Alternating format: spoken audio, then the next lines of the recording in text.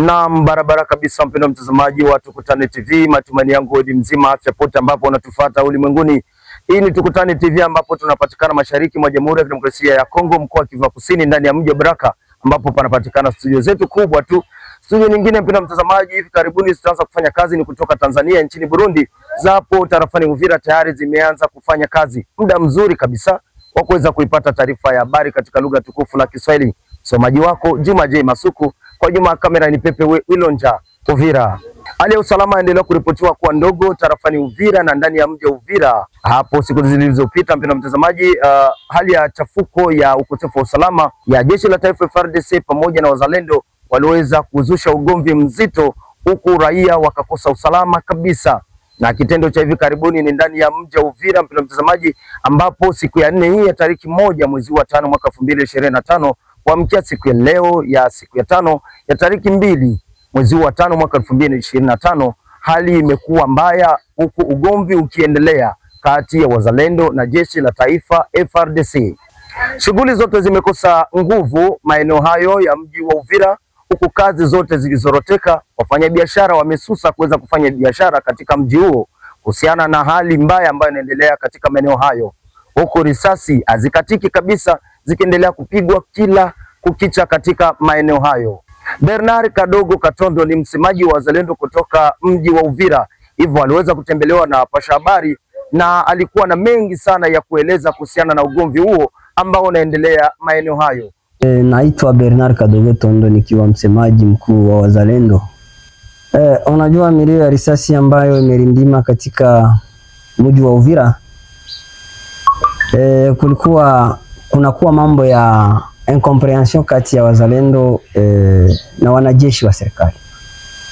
Na hiyo hatua ya ile incomprehension iko di na problem zenye zinaweza kuwa DCLA kwa kutokutana na kuzungumza na kwa mapatano. Ndio maana leo tumesema tulimuomba meya wa jiji la Uvira aweze kuitisha wazalendo, aitishe FARDC, aitishe na tabaka mbalimbali katika jiji la Uvira mpaka tuzungumuze tupate suluhisho kwa maneno hayo. Na tumemuomba pia gavana ambaye anaongoza Sud Kivu kwa leo aweze kuitisha conseil de sécurité ya province, ambako mle ndani atawaitisha wazalendo, ataitisha FARDC, ataitisha na tabaka mbalimbali kwa kuzungumuza ili kwa kupata suluhisho kwa haya hii milio ya risasi ambayo inasikilikana. Utajua kwamba kwa wazalendo na kwa raia yote leo ya Kongo nzima kunakuwa ile manque de confiance kwa jeshi letu la serikali la FARDC. Na ukitizama msiku ambazo zimepita, wakati jeshi la FARDC limetoka Nyabibwe wakasema walifanya retrait strategique, wakaanguka mpaka kufikia huku Uvira, retrait ya 500 à 700 km, wamoja walifika mpaka Tanganyika, province ya Tanganyika waliingia. Ile ilipoteza confiance kati ya raia na jeshi la serikali. Na kulikuwa hata katika jeshi la serikali wanajeshi ambao walikuja na mamedia kama RFI na zingine ambazo zimetangaza kwamba Uvira imeanguka katika mikono ya M23 AFC. Na wakati wazalendo walikaa chini wakasimamisha Uvira, wakapambana nao na kuonesha serikali kwamba Uvira haijawahi kuanguka katika mikono ya adui. Na kweli mliona, mko washahidi, mliona yaliyopitika katika Uvira, na mpaka gisi wazalendo waliremetre wakarudisha autorite de l'etat. Mpaka leo gavana iko hapa, mpaka wana restore hata wanajeshi, sektere iko, komanda rejo iko, na tabaka mbalimbali zinakuwa pale. Sasa kunakuwa mambo ambayo yako katika giza ambayo wazalendo hawaelewi, ambayo pia wa operateur plutôt wa ma service za l'etat regeneratrice de revenus ambazo zinaingiza pesa katika kapu cha serikali, nao wanaingilia kwa kuchongea wazalendo kwamba wanafanya trakasri, wakipita kwa mabiroza au kuwaomba nusu ya pesa kwa kulisha wanajeshi ambao wanakuwa nao. Wale wakuu wakiomba ile, wao wale wa chef de service wanasema ni tracasserie. Na wakati ukitizama vizuri, wanaingiza franga katika kikapu cha serikali, wanakula 80% ile pesa na wanatoa 20% ndio wanaweka katika kapo ya serikali. Lakini wazalendo wakiomba, kama gisi alivyosema rais wa nchi, mobilisation. Sijui kama watu wanaelewa ile terme mobilisation ambayo inasemeka katika constitution ya nchi. Ile mobilisation, tupate chakula, tupigane. Vijana walitoa damu zao, walitoa mili yao, wanaenda kwa mapambano, wanakufa. Lakini utakutana ajili ya gari, sijui walichukua gari ya OCC, wanatembea nayo, wazalendo wanaenda nayo katika uwanja wa vita. Wao wanasema kwamba ni tracasserie. Wakiwalomba sijui $50 ili wazalendo wapate hata chakula kidogo, wanaita tracasserie. Wakati wao wako wanachukua pesa zote ambazo zingetumia Kongo nzima, wanazikula na mafamilia zao, wanajenga manyumba Uvira, Bukavu, Goma, Kinshasa, na wengine walishanunua hata Dar es Salaam, ndio mafamilia zao zinaishi leo. Lakini waliotoa damu zao wanaona kama ni wajinga. Hilo ni katika matatizo ambayo yalituma mnasikia mirindimo ya risasi. Lakini wanadhani kwamba walianza kwanza na kuchonganisha wazalendo wenyewe.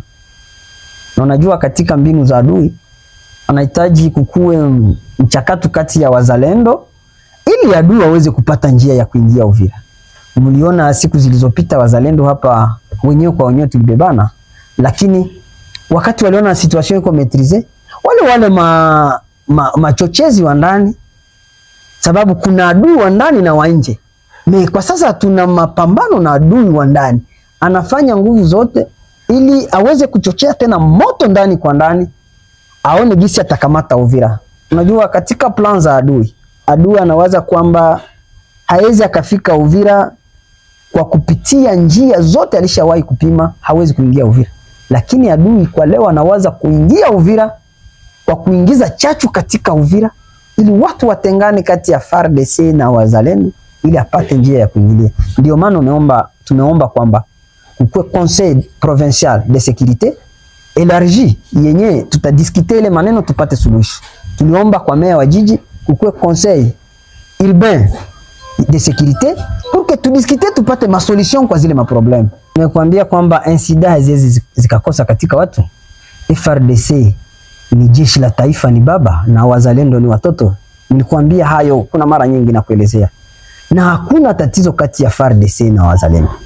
Kuko probleme ya nini? Ya maentere. Kale ka incomprehension kako di kuma intere X anatembelea Y, anamwambia ukinifanyia garde fou hapa nitakufanyia hivi.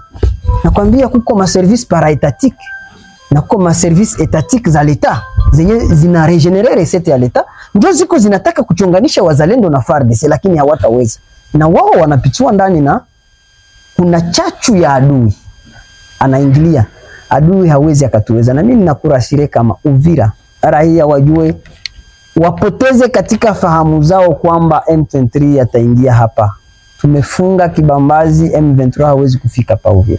Na tuko tunatumika kwa kuangalia gisi gani adui tutamkimbiza katika maeneo. Kwa ujumbe wa mwisho ni kuambia tu raia yaliyopita kama risasi waliyasikia. Ilikuwa incident incomprehension ambayo ilifanyika kati ya wazalendo na FARDC munjia za deployment militaire, lakini ile incident haiko tena. Mengi zaidi watayajua kisha kikao ambacho kitaitiwa na meya wa jiji, ambacho kitaitiwa na gavana, ili wazalendo na FARDC waweze kudiskite maprobleme yao na kupata suluhisho. Tutoke ndani ya nchi ya Jamhuri ya Kidemokrasia ya Kongo tujielekeze nchini Burundi.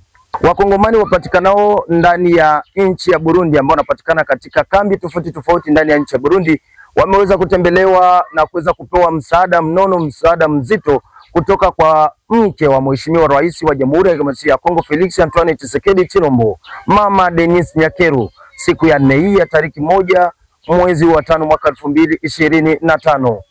Hawa wakiwa zaidi ya 71,000 wakimbizi wakongomani ambao wanapatikana ndani ya nchi ya Burundi wameweza kufaidi msaada huo mzito kutoka kwa mama huyu ambaye anaonekana kuwa na moyo mwema, Mama Denise Nyakeru, ambaye ameonekana kuweza kukumbuka wananchi wake ambao wanapitia hali ngumu ya kimaisha katika kambi zipatikanao ndani ya nchi ya Burundi.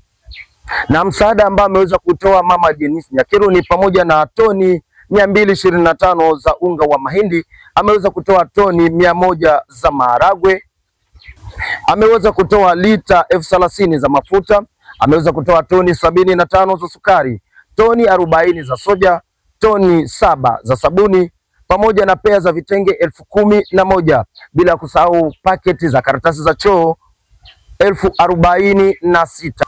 Ikumbushe kuwa Wakongomani ni wengi ambao wanapatikana katika nchi tofauti tofauti ambao wanapitia hali ngumu ya kimaisha, na hivyo pongezi za hawa wanatoa kwa Mama Denise Nyakeru kuweza kuwakumbuka katika hali hii mbaya ngumu ambao wanapitia katika kambi hiyo ya nchi ya Burundi. Mwisho wa taarifa yetu ya habari katika lugha tukufu la Kiswahili, ambapo msemaji wenu ni Juma Masuku, kwa nyuma ya kamera ni Pepe Wilonja. Mpendwa mtazamaji, usikose kusubscribe, kulike, kukomenti kazi zetu. Tunahitaji kuwa bora zaidi ya jana. Endelea kutupa like, hii inatupa moyo sana ya kuendelea kukupa vitu vizuri na taarifa zilizo za kweli kama na hizi. Tukutane katika taarifa